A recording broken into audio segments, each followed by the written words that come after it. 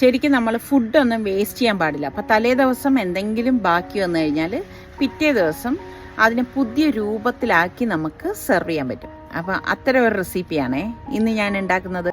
ഇവിടെ ഇഡ്ഡലി ബാക്കി ഉണ്ടായിരുന്നേ. അപ്പോൾ ഞാൻ അതിൽ നിന്നൊരു 3 ഇഡ്ഡലി എടുത്തിട്ട് കനം കുറച്ച് ഇതുപോലെ ഒന്ന് അരിഞ്ഞെടുക്കുകയാണ്. അപ്പോൾ നമുക്ക് ഇഷ്ടമുള്ള രീതിയിൽ കട്ട് ചെയ്തെടുക്കാം കേട്ടോ. കുട്ടികൾക്കൊക്കെ എന്തായാലും ഉറപ്പായിട്ട് ഇഷ്ടപ്പെടും കേട്ടോ.